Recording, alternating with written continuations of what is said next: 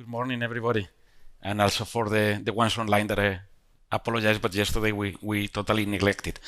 So, yeah, I was thinking what I can share with all these people about digital transformation. And to be honest, I have two pieces of advice for all of you. Don't volunteer to this type of things when later you are in between jobs, because now I cannot show off what I did in Heineken, and still it's too early in my new position to say really what I'm doing now. So that's a bit tricky. And the second part is it's good to be late in the presentations because you have more time. But also, to be honest, and that's the good news, is almost every single topic was covered. I think that the only one that was a bit different, it was about some data about startups and venture capitals, and Christian covered it perfectly well this morning. So basically my presentation is 3 topics, but it's a total summary of what you have been seeing during the last 24 hours. So basically I will discuss about what we need to go through digital transformation. Actually, I will advocate to stop calling it transformation and start embracing evolution or continuous improvement, because this is not anymore a transformation. As soon as you get closer to finish the transformation you are having, you are going to be starting the next one. So it's not like a project. It's going to be a continuous. The second topic is about the role of the IT organizations, and Karsten from Lufthansa covered that perfectly well yesterday. That's kind of my dream type of IT organization. And the final part is about the technology, and that Marco covered also quite well what can be done and what cannot be done in the cloud and how to approach it. But let's see what we have. So this is about me.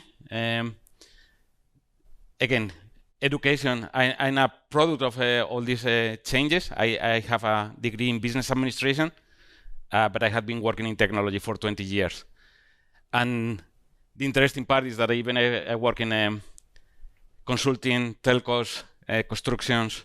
I see the presentation for makers, where Lafarge Holding is heavily involved, or fast consumer goods, or now back to the industrial. The type of challenges at different scales are exactly the same. That's the good news. And being in audit, IT, and the last few years working a lot with data and type of agile type of a mindset. So very well represented of what we have today. Who knows in the room Heineken? Who knows OETIKER? Okay, that's a couple of good exceptions, but then I have the corporate presentation, but I will go quickly through it, and you see the challenge. I mean, digitalization beer is complex. I mean, those products normally doesn't go well with the digital, but the digitalization of clamps and rings is going to be even more exciting.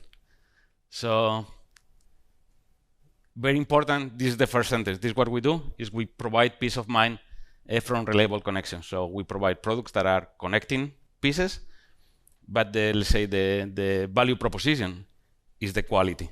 I mean, we have operations, we see later, we have operations all around the world. All operations are run exactly in the same way with the same quality. So we don't nearshore or offshore producing just for cost. It's just to be close to our customers, but not because we can do it cheaper somewhere else. And this is the funny thing. Nobody knows the brand. But they keep saying that probably we are always closer or less than 20 meters away from one of our products. Since we start in the morning, we have connectors for the plumbing systems. There is connectors in the coffee machines that we were using. 70%, 80% of our revenues are coming from the vehicles and from the automotive industry. That's the core. Trucks. Also, we have repair, and then all these white lines, electrodomestics like washing machines are connected. But also, we have products in the medical facilities, irrigation systems, and now is something that is growing very fast. Is the EVs, the electric systems, and finally, we also do we use our clamps and rings in the VR installation. So there is no leakages there. So that's where I close the Heineken OETIKER cycle totally. So as I was saying, we are about our promise is the quality, the innovation, but also the customer at the core. We'll see in the next slide that basically as a company we can position in 3 elements. Basically our core is the customer intimacy and be close to our clients partners. So we have like a long time partnership and long time relationship. This is the product. I mean, this is the clamps, the rings, the straps. So it's a quite unique basic industrial thing, but it's set up in critical places. So nobody wants to have a recall of thousands of cars just because the airbag is not holding properly, just because one of these less than €1 pieces. So at a glance, it's basically we have operations in 32 countries, 13 manufacturing sites, from China to the Americas, with 5 factories in Europe, around 2,000 employees, and the interesting part is founded 80 years ago, 81 now, and it's still a 100% family-owned company. So they have really a kind of entrepreneurship, and you see my career not on purpose, more accidentally, but I have a tendency to be in this type of companies. Heineken is still a family-owned company, 100 years old, and Holcim until recently was still a part of a family control type of company until 2017 when they do the merge with Lafarge. So they are companies like are really still controlled by the family, and they are playing not only by the revenue but also to keep in the market in the long run. Revenue split by areas, you see more or less. Again, Americas is a bit bigger, big automotive, but is well balanced in the portfolio. And you can see again, even if OETIKER is not well known, is a supplier for a very niche specific product, but you have all the big names in the slides. And then I have more slides, but I will skip it. I will just show you the first one. But this is the type of places where we fit or a product. So the question here is how this can be digitalized, or where is the opportunity to get this type of a product fully digitalized. So we'll go later to that. Sorry, I will skip this, but you can see that there is a lot of things. So I'm moving to the first part, is digital transformation. And yeah, basically I want to give you the context, and then we'll jump. But you know, missions are kind of what makes our companies unique. Even if we do the same products, we are here just because of different missions, visions, and values. What it can be standardized is the business model, or that can be classified and standardized. So if you take what makes makers leaders, and this again, one of these books that I recommend to read, you have the time, the discipline of market readers. They were talking about 3 dimensions. So either you are operational excellence, so you are really effective.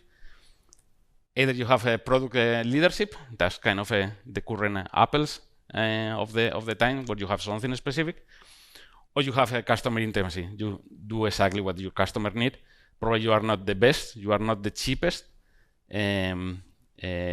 but you do exactly what they need. And in terms of operational excellence, it's not only price, but it's also, as Christian mentioned, is how easy it is to make a business with these guys. Is how transactionally you can go end to end with no hassles.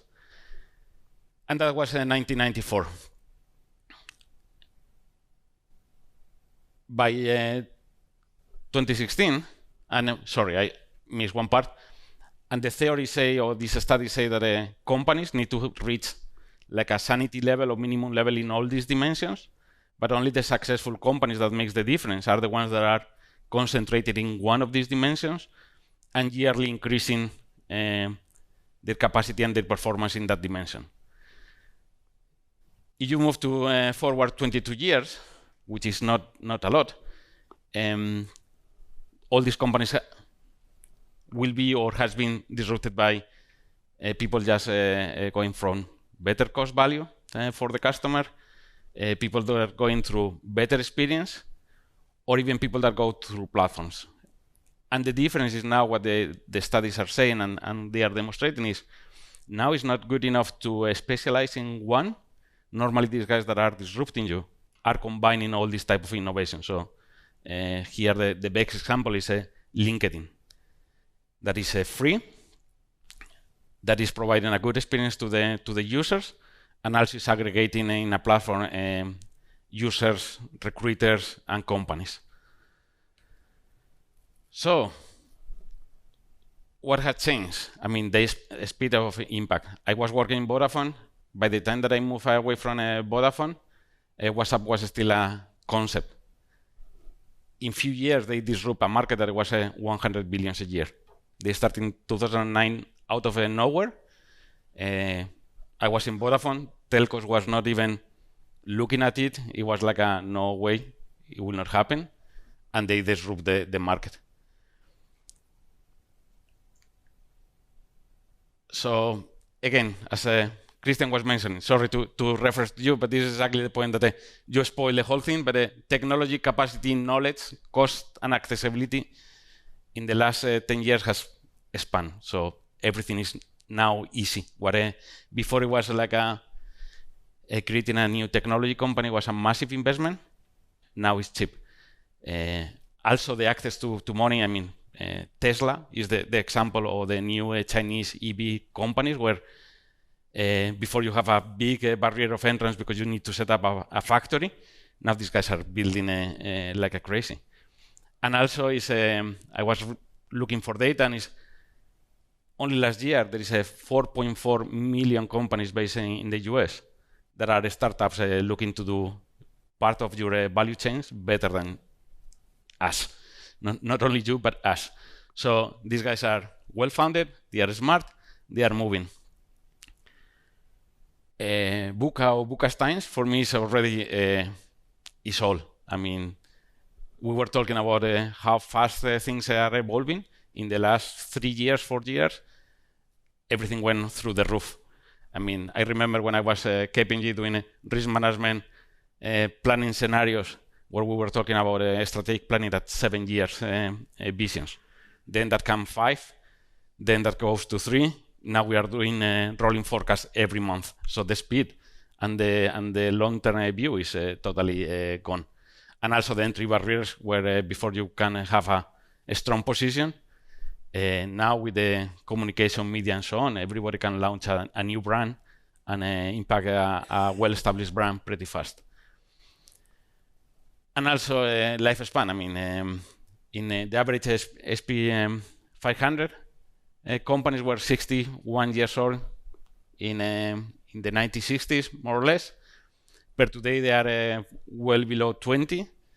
And McKinsey, even if the data is not fully accurate, but they are forecasting that 75% will disappear. And you just need to see the news these days where well-established companies like Credit Suisse suddenly are struggling big time. And who knows what is the next thing? I mean, we have pandemic crisis, financial crisis again, and seems like a fast speed movement. So when you talk about digital, you have two types of guys in the market. Basically, the ones that are they call it the vampires. So basically, they reduce the market value, and that makes you go to the defense. What you do next? And some classic example is Napster, or these guys in Jet.com, or now in Europe, maybe those are in the fast consumer good industry, Choco. Basically, these guys are digitalizing parts of the process where it's normally manual, heavy lifting. They bring technology. They digitalize one part of the process. In our case, Heineken was Choco. Choco is a startup, and what they are doing is they create a simple app where any bar, any restaurant can take orders in their applications. They do the aggregation and they send it back to producers like a Heineken or Danone, all these type of things. So when they have a critical mass, at the moment they are free for everybody. So in principle, it's a win-win. But when they have a critical mass and 70% of our orders are coming through them, probably will change the policy. And even if they provide a freemium or free service to the owner of the bar, if they charge us a 0.1% of all the orders that they are transaction, they will have a big business. And our capacity to bargain one-to-one with the small owners versus something that is aggregated, it changes. So again, these type of things are coming out of nowhere. And then we have the ones that are let's say, making the most of a new opportunity. So, I mean, Apple is the case of study. Predix is the General Electric company that after the bankruptcy, they create a digital business where it's the biggest platform to aggregate the data from IoT type of things. And they create a super profitable business out of nowhere. And WeChat, that is kind of the WhatsApp for China. They use that platform and the volume of customers they have just to create a quick credit type of business.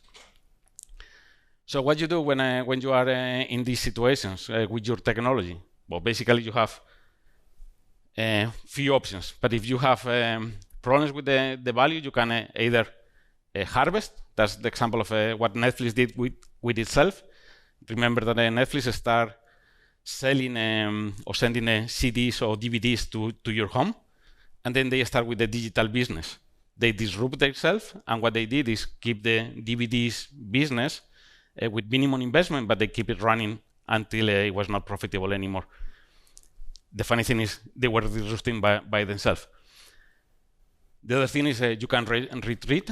I mean, basically you go out of that business because it's not profitable anymore for you. That's a bit what Kodak did with the camera and the digitalization. What maybe not so many people know is that they are still much smaller, but a good business in the high quality image business. So it's not like they disappear and they were totally disrupted, but they retreat and concentrate in something new. Or Occupy, that is basically the case of study for this is Kone, that is the elevator company. They find a good opportunity and then they get agreements with IBM just to make sure that they expand the capacity and use take all the market first. Okay, so I will speed up a bit. This is also basically what we discuss and we'll cover. 2 dimensions, we can work in the operational efficiency, in the customer experience. How we get to the future ready depends of the company. This yellow point is more or less what before was called the spaghetti. That's kind of where we start. And then you can start working in the operational efficiency. So that's where we bring the cloud, the APIs, the microservice architecture. So we try to do the same, but with a better technology, more efficient. Or we can grow in the customer experience, where we bring new apps, omni-channel, all these services that the customer is delighted. And then you can go like a specialization. You can go like a incremental, a bit left, right, left, right, left, right. That's or what others are doing is just set up a new company where you get rid of all this legacy and you focus in the digital models. And which is the best or the right way? I cannot tell you. That's exactly the type of decisions that we are paid to make, and everybody has to make their own way. So the role of IT. I'm moving to the second part. It means left. So do you know this building? Okay, that's the Sagrada Familia in Barcelona. Do you know why it's well known, this building? It's not finished yet. It's 100 years of construction. It's not done yet. And to be honest, if I will have a say, I will never finish it. But that's for me represent what we are doing in IT and in the transformation. It's 100 years old. It's not finished. And they say once it's finished, it will be the tallest basilica in the world. But if I can choose, it's like a perfect demonstration that we don't need to finish it. It's already 100 years, so there is no rush. We'll keep building and transforming and improving. what we do as an IT. I mean, also Christian mentioned one of the topics that I had, because I've been in different companies, but the same scenario is how IT play a role in these transformations, these innovations, and how we can facilitate this ecosystem. So basically, for me, what IT has to do as an organization or as a department in the organization is to make sure that we work with I mean, I've been working with these 4 dimensions for years. Maybe it's oversimplistic, but for me, it works in terms of communication, make things easier. It's like make sure that we have the right people, make sure that we choose the right technology, that we organize, that we have the right data, and we were discussing before, it's not about what you can do with the data, it's how you do the data governance and the planning and all these type of things. So later you can do the funny things with the advanced analytics and these type of things. And you need to coordinate these 3 in the value streams or in the processes.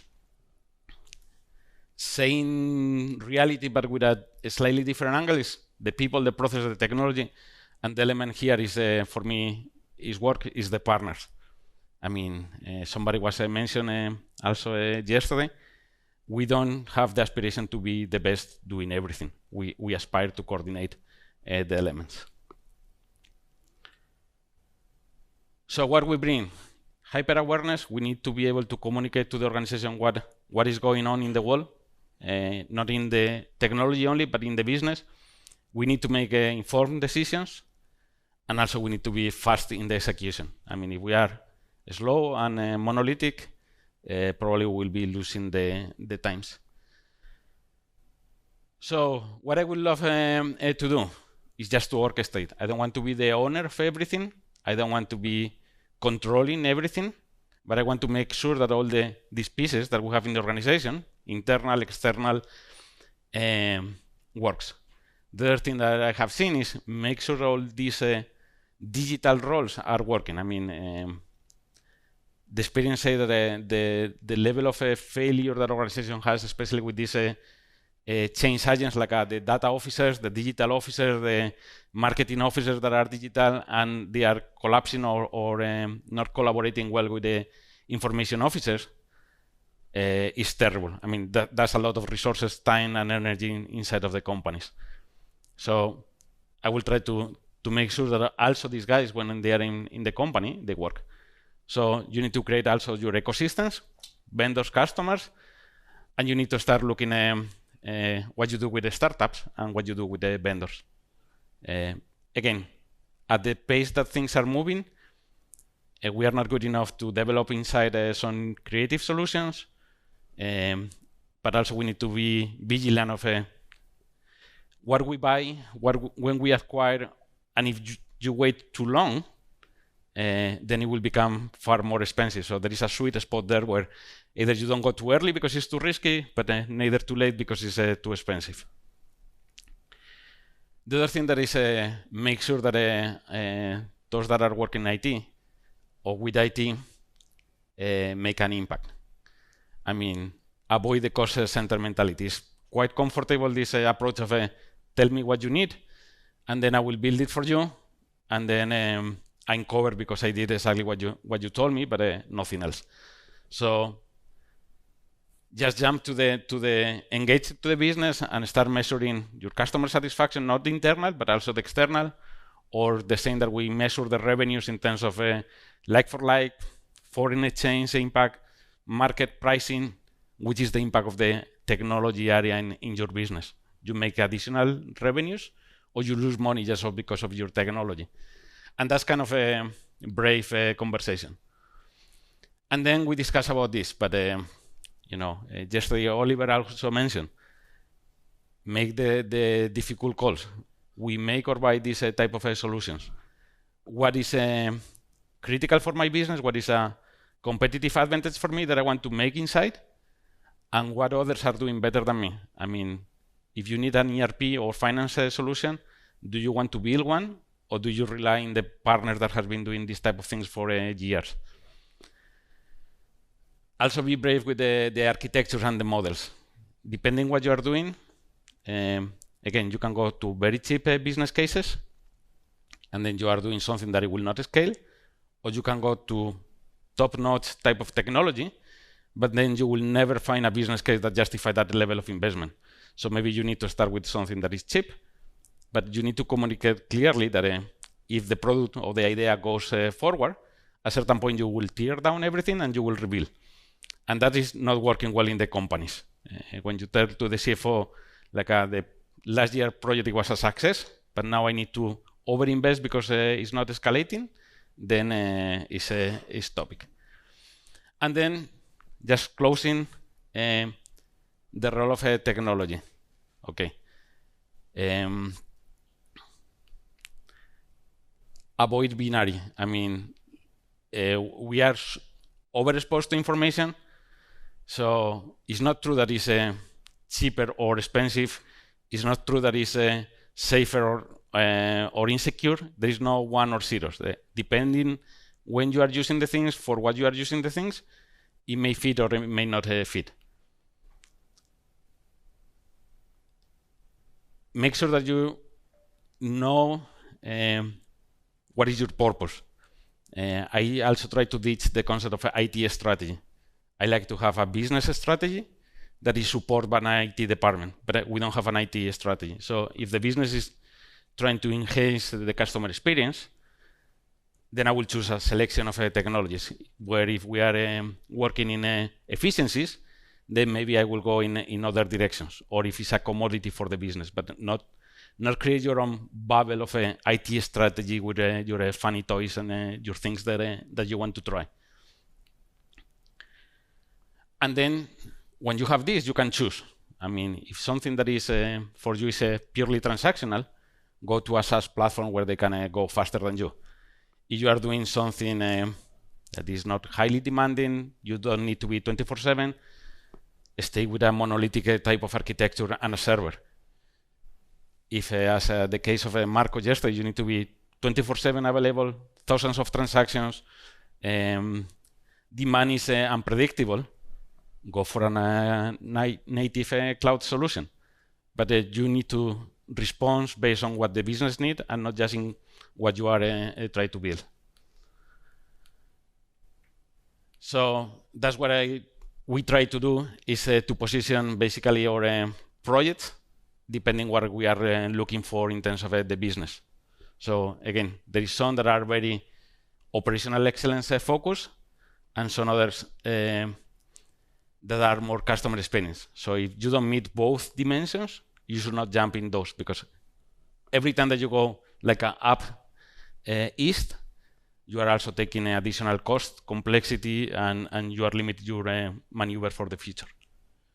And just to close, my 3 takeaways. I mean, I think that everybody works in batches of 3 elements, but for me, is embrace change and transformation. Is not just something that is happening from time to time. Is the new permanent. As we discussed and we were mentioned this morning, I haven't heard any limitation in terms of technology for the companies that we are here. I mean, the limit is not the company. The technology is the people and the organization that can use that technology to achieve your goals. And that's I like also from yesterday this say about you don't know your destiny probably, or your port. There is no winds that are going to be favorable. So don't use the technology as a mean to an end. It's not an end in it itself. So you need to have your own approach. So thank you.